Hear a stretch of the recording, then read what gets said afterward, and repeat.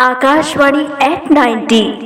मेरा नाम राजीव साहू है और मैं विनोबा नगर रायगढ़ का रहने वाला हूँ। रेडियो प्रसारण के 90 वर्ष पूरे होने पर सभी को बहुत बहुत बधाई।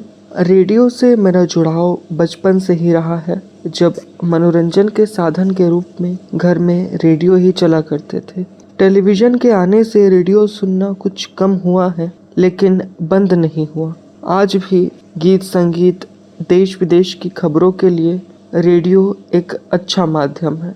विविध भारती के कार्यक्रम पूरे भारत में सुने जाते हैं। क्षेत्रीय प्रसारण के रूप में रायगढ़ से प्रसारित युववाणी, चौपाल, घर द्वार, बाल सभा कार्यक्रम बहुत ही मनोरंजक और जानकारी से परिपूर्ण है, जिसमें हर आयु वर्ग के लोगों के लिए ज्ञानवर्धन की संभावनाएं हैं।